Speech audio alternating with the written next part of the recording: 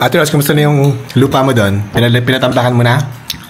So, eto na nga mga hobby bees. Uwi na kami ng bahay namin and wala pala kaming dinner mamaya. So, magluluto ako pag uwi namin. Pinalabas ko na kay Tia Julie tsaka si Ate Rose na nakauwi na magluluto ako ng ginataang pusit na may talong.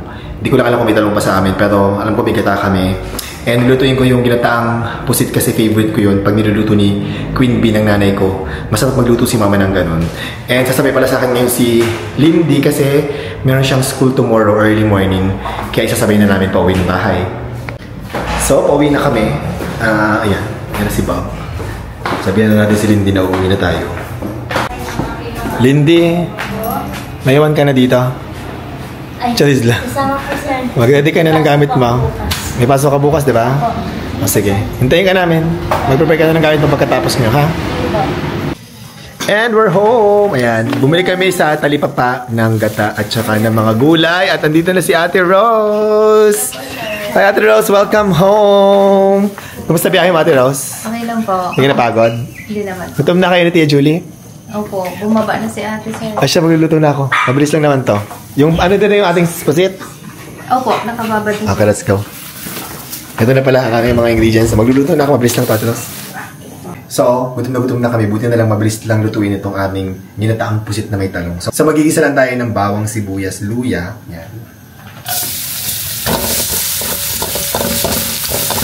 At maglagay na tayo ng fresh na gata. Yan, bagong bili. Sabang dali lang lutuin ito. Asin. Kapagin lang natin yan. Lagyan tayo ng konting asin.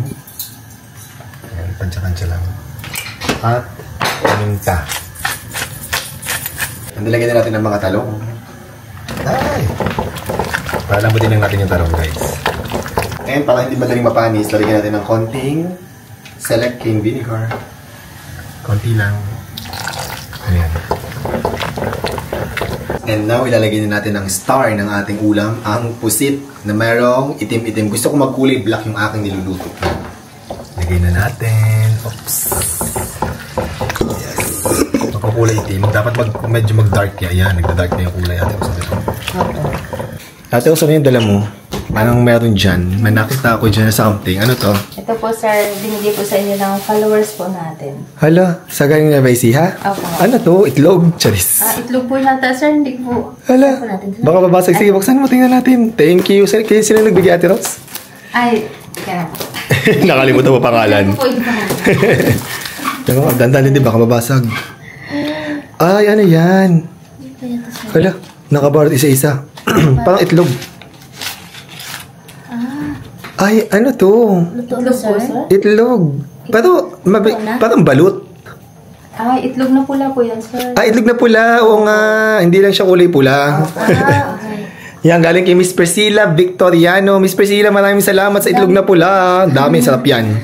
Lalo na pa yan. Ay, tama. Masarap yan kas partner ng tuyo. Lindy. Ito ko sa ate. Saan ito? Saan galing? Sa kanya din po, sir. Ay, galing din kay Miss Priscilla. Miss Priscilla, maraming salamat. Opo.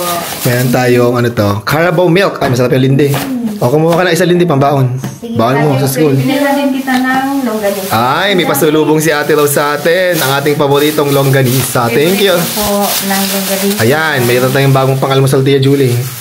Longganisa. Favorite po ni Sir D. Yes, thank you, Ate Rose. Sarap. Yes, sarap sa almusal yan. Kapartner natin tong ano. At eto, naluto na ang ating ginataang pusit. Ayun o guys, kulay itim na siya. Kulay itim na yung sabaw. Masarap na yan. Okay, let's eat na. Let's eat na. Apat na kami. Kompleto kami ngayon. Ay, hindi pa tayo kompleto. Wala pala si Abby David na sa Cagayan pa. Kain na tayo. Let's eat. Lindy, Ate Rose, and Tia Julie. Kain na tayo ng ginataang pusit na kulay itim. Lindy, yung nabili mong talong magulang. Ang tigas. Ang tigas, oh. Maliliit lang po yan. Nakala ko po ano. Magulang, ano? Magulang pala yun. Kaya matigas.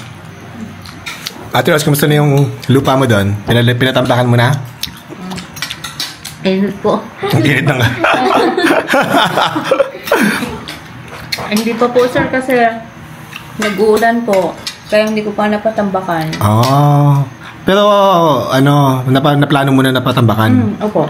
So, hihintayin na lang mawala ang ulan. Pag tuloy-tuloy po yung araw, sir, yung mister ko na bahala magpatambak. Ay. Tapos anong next, Ate Rose? Bahay na. Kubo po. Kubo? Bakit kubo? Magpatayo ka na ng maganda-ganda, Ate Rose. Yun lang po muna, sir, para Yung bahay po talaga pag-iipunan po, yun next. So kubo lang na titirahan nila? Talaga? Kubo lang po, sir, muna. Ay, kaya mo na yan. Pag-ipon po muna, sir. Pag-ipunan muna para maganda na, di ba?